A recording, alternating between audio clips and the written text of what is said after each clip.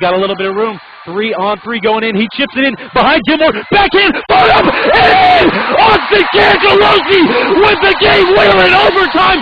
What a play.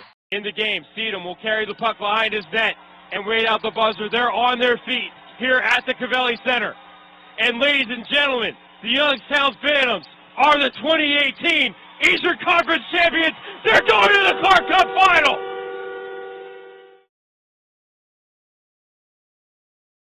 Welcome, hockey fans, to another episode of Hockey People on the Computer Getting Coffee, brought to you by Dunkin.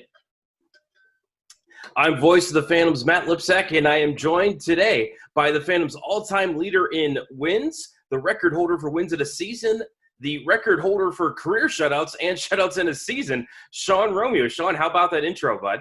That was pretty good, man. Couldn't have said it better myself. All right. Well, Sean and I are recording this on August 7th, so quick personal shout-out for me. Happy birthday to my wonderful wife, Amanda. I'm not going to say how old she is. She's very sensitive about that. Sean, what have you been up to since the ECHL shut down? It's been crazy. Just trying to stay busy. At first we weren't sure if we were coming back or not, so, you're staying pretty sharp, trying to stay in shape and stuff, and then we got officially canceled, so took a few weeks off, played a little golf, a little tennis with my parents. So now I'm back home just training, skating, and just getting ready for hopefully a December start for the upcoming year. I saw on Instagram that you did a charity bike ride early in the summer. What can you tell us about that? Yeah, so my buddy, one of my best friends growing up, Michael Bunn, I actually, I don't know if you can see it, I got his shirt on right now too. Very nice. Yeah, he had kind of a fluke accident. Ended up in the hospital. He wasn't doing too well. Still struggling through that, but he's doing better, making improvements. We just wanted to help out however we could, so we decided to do a 100-mile bike ride. It was a little challenging, harder than I expected, but we raised a lot of money for him, and it was a good experience. How tired were you at the end of that? Like on a scale of 1 to the worst hockey practice you've ever had? Yeah. Oh, it's different, but it's definitely worse. So we stopped at about mile 40 for lunch. We ate lunch, and I was fine. And then I think mile 70, I just hit a wall, and the last 30 was tough. We actually stopped at Wendy's at mile 85 for the final push, and then the last 10 miles it was pouring rain. So it was a fun day, very challenging. I took a few days off after that. I had to. I was hurting. I don't blame you one bit. I can't remember the last time I even rode a bike. So at least I hadn't ridden a normal bike in probably 10 years before that. Yeah, I mean, we ride exercise bikes all the time, but exactly. I don't think I've ridden a regular bike since probably my senior year of high school. I'm with you. I mean, that's a lot longer ago for me than it was for you, but I don't know. I'm getting up there, man. I'm getting up there. I mean, I'm not going to out your birth year here on the show, but I know that you are 9 years younger than me, so okay. I don't want to hear it. Okay. When you got to Maine as a freshman in 2014, what did you think was the biggest difference between the USHL level of play and the NCAA? That's a tough question. I think it's just being with, you kind of – the USHL, the oldest you can be is 20, so you're kind of playing with, kids and people aren't really fully developed yet. And then you get to college and you might be playing with a 25-year-old. You're playing with men. So I think the biggest jump is that. It's very physical, a lot faster. As a goalie, it's just the speed's different, but once you kind of catch up to that, it feels normal again pretty quickly, I thought. Well, you played a ton during your freshman year at Maine, but then after your second year, you transferred down to Ohio State. Yep. Great career for the Buckeyes. Made it to the Frozen Four in 2018, losing in the national semifinal to the eventual champion Minnesota Duluth. Then you won a Big Ten regular season title the next year and made it to the NCAA tournament in 2018-19 for the Buckeyes. What can you tell us about the decision to leave Orono and go to Columbus? I loved Orono. I have nothing but good things to say about Maine. Enjoyed my time there. Enjoyed the team, the hockey, everything. Sophomore year just didn't work out for whatever reason, so I had to find a new home. luckily I got put in contact through a few Youngstown guys with the Ohio State coaches. Went down there for a visit, fell in love, and I knew it was the place for me. How rough was it having to take that year off, the NCAA transfer year? What did you do to stay sharp? Obviously, you're allowed to practice, but you couldn't, travel with the team or anything. So, what were you doing to keep on your game? Yeah, that was tough. I kind of underestimated that going in. I thought it'd be a lot easier than it was, but it's tough when ever since I can remember, I've been playing hockey, and then all of a sudden, you're on the team, but you're not really on the team. You're not traveling with the guys, not playing in games, so it was tough. And then even in practice, we had 2 senior goalies kind of fighting for ice time. So even at practice, I wasn't seeing a whole lot. So, I'd do the normal stuff, get on early, stay on late, kind of have my own goalie skates, just do whatever I could because I knew that year would be tough. But big picture, take whatever you can out of it and try to get as good as you can for when you're back in action.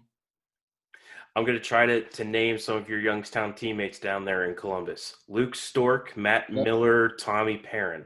Yep. So Luke Stork was the guy I called when, the things at Maine didn't work out. He put me in contact with Joe Exter, who I had known kind of off and on throughout just the hockey world.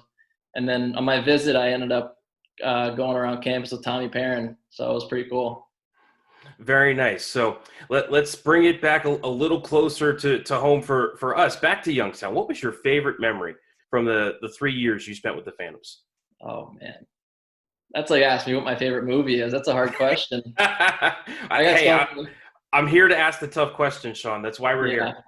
So many good memories. Looking back, I got there. My first game there, I was 15. I got called up when I was 15 years old. I was just, a little kid.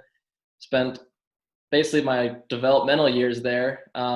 Made a lot of lifelong friends, but I think my first year out of high school, we were living with the Blacks, Connie Black, and honestly, the best part was just coming home after practice and just hanging out with the Bill. We had a great host family, and we would do whatever, play games, play video games, watch TV, whatever. But we just had so much fun at that house. Let's give a shout out to all your billet families. Did you have multiples the 3 years that you spent with the Phantoms? Yep. So my first year, my first half year, I was there with the Maholics, and then I went to the Emery's house, and then my last 2 years, I was with the Blacks. And it's always tough leaving home at such a young age, and even older, it's always tough leaving home. But kind of leaving my family and jumping right in with those great families made the transition really easy. And I definitely have to thank them for the great experience they gave me there. That's for sure. So let's talk about your teammates now. This is always the most fun part for the fans. You were with the fans for 3 full seasons, 2011 through 2014. Out of all of them, you can give me multiple answers. You can give me one. Who was the most famous prankster in your eyes? I appreciated the guys kind of steering clear of me with the pranks as a goalie. I definitely saw a few good ones, though. I'm going to go with either John Padula or Jimmy Mazza for those 2. Very nice. Anybody always chronically late? Yeah, my roommate, Alfred Larson. I'll still tell this to him. Alfie. Oh, that guy will be late to his own funeral, man. That guy, we're leaving at 8 o'clock. He's walking out at 8:02 every single time. Me and Sam Annis gave him a lot of crap for that. Alfie, the War of the Sea, running late. Yep. My Alfie, come on, man.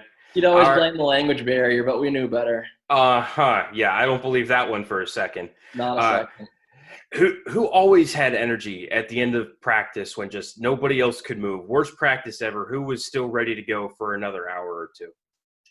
I think we had a lot of guys like that, actually. I think one guy that stuck out to me was maybe Kyle Connor. Obviously, he's doing great now, but he was always a guy where if I'd want to do shooting after practice, he'd always be, the first one ready to do some more practice. And who was, getting the better of the other there? You or KC? I think probably towards the end, it was probably him. When he came in, he was a bit younger, and I think I had the upper hand, but he got pretty good pretty quick. Who was the last guy off the ice every night? I want to say maybe Picnic, JJ Picnic. I always saw Okay. him. He'd always have like a pile of pucks shooting. I don't know what he was doing. He was always doing his own little thing at the end, but he was always out there pretty long. Scored a lot of goals for the Phantoms, that's for sure. But Yeah, he hey, did. who knows what he did during practice, right? Yeah, I'm doing my own thing. I don't really watch him. Who snored the loudest on the team bus? Marcus McRae by far.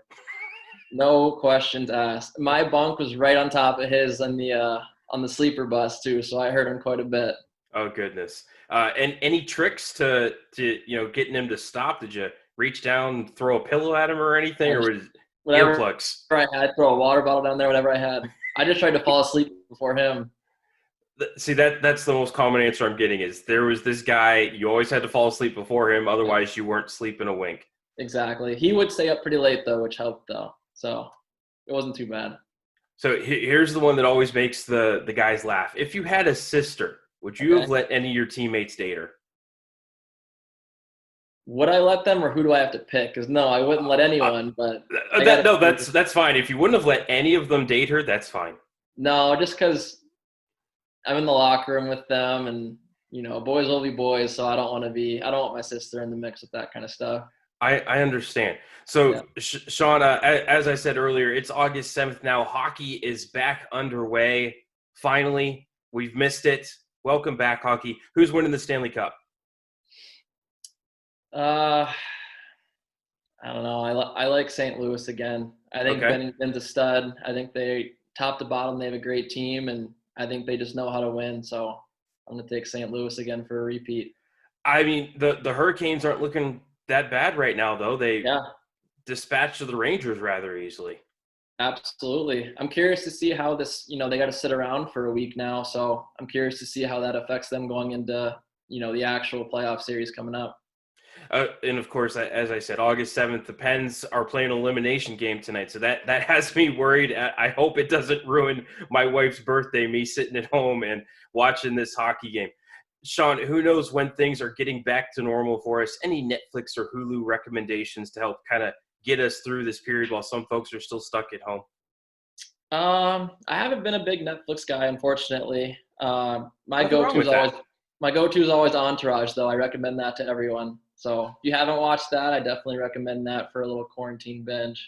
I did enjoy the antics of those guys out there in Hollywood. That was a great show. One of my favorites as well.